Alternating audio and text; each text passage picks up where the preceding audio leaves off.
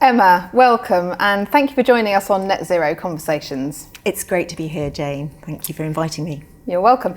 So you wear a number of professional hats. Please tell us a bit more about that. So your role at the Environment Agency and also the Green Finance Institute. So I'm currently chair of the Environment Agency in England. We are the environmental regulator. We also have responsibility for flood and coastal erosion risk management, which has been very much on my agenda over the last few years in this role. I have a background in finance and am currently chair of the Green Finance Institute here in London. How is the Environment Agency working on climate generally? What's the strategy? We are focusing on net zero and the climate agenda in many, many different ways through our work. If we start off with flood and coastal erosion risk management, this is about better protecting communities, lives, livelihoods up and down the country. We've just delivered our 5-year flood programme, some £2.6 billion worth of infrastructure, better protecting individuals, communities from flood risk, and have started a new programme where that budget has doubled because of the events that we've been seeing from a climate change perspective.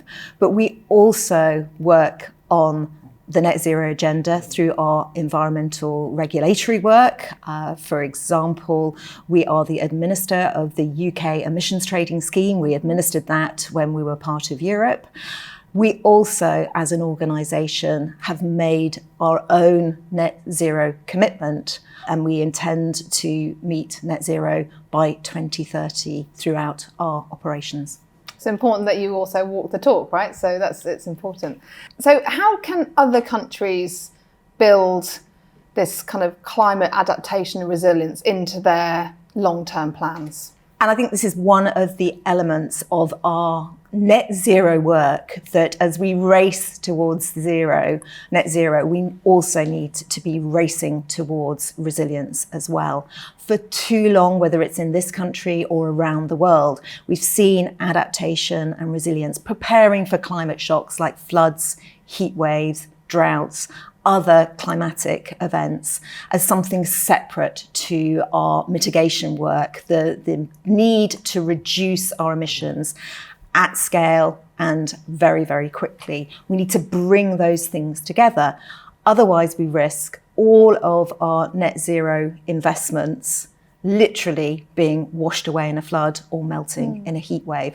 And this is something that it might not feel quite so urgent here in the UK, although we have been experiencing ever more frequent flood-related events. It is very, very relevant in other parts of the world. Just this year, just last month, earlier this month, we've seen heat waves in India, Pakistan, 1 billion people having their lives and livelihoods affected by too much heat.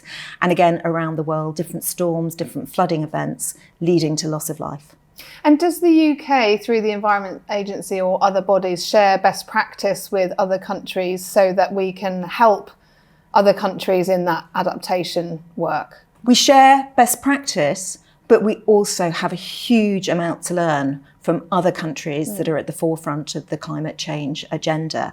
And I think this is particularly relevant for adaptation and resilience, where other parts of the world have had to, because of the impacts that they've been experiencing, be looking at how they rebuild their infrastructure, building back better, but also how they prepare for incidents and make sure their communities, their individuals, their citizens are ready for dealing with the climate shocks that are happening at an ever more frequent basis. And I think this is where those of us who are working in the global north have a huge amount to learn from in terms of getting prepared for these events that we are seeing more frequently.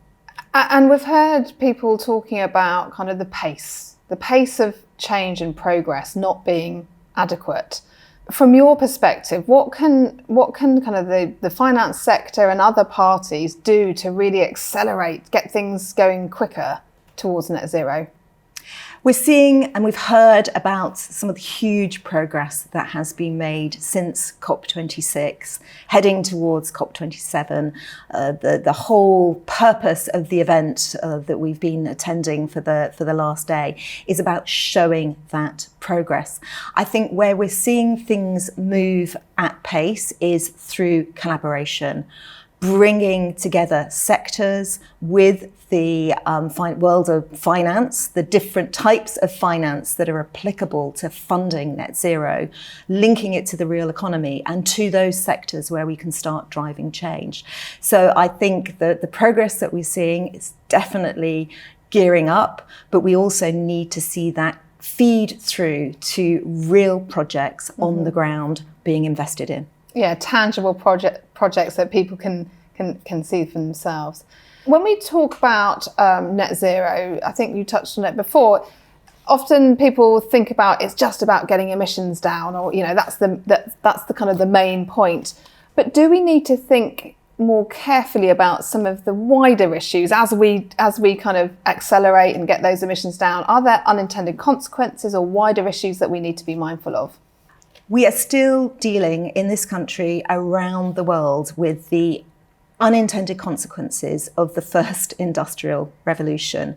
We need to make sure that the green industrial revolution allows for innovation, but also is structured in a way that means that if mistakes are made, if there are unintended consequences in relation to nature in particular, air quality, water quality, that we are engaging in a way that we will make sure that the polluter pays. We don't want to slow down that innovation. And one of the ways that we can do this is making sure that different regulators are working together. And by that, I mean the financial regulators, again, heard a lot about that today, but also economic regulators and the relevant environmental regulators. If we are working together and allowing some of our innovation, some of the regulatory sandboxes that are being referred to make sure that we're looking at those unintended consequences, then I think we can move at pace. But that requires everybody to engage and everybody to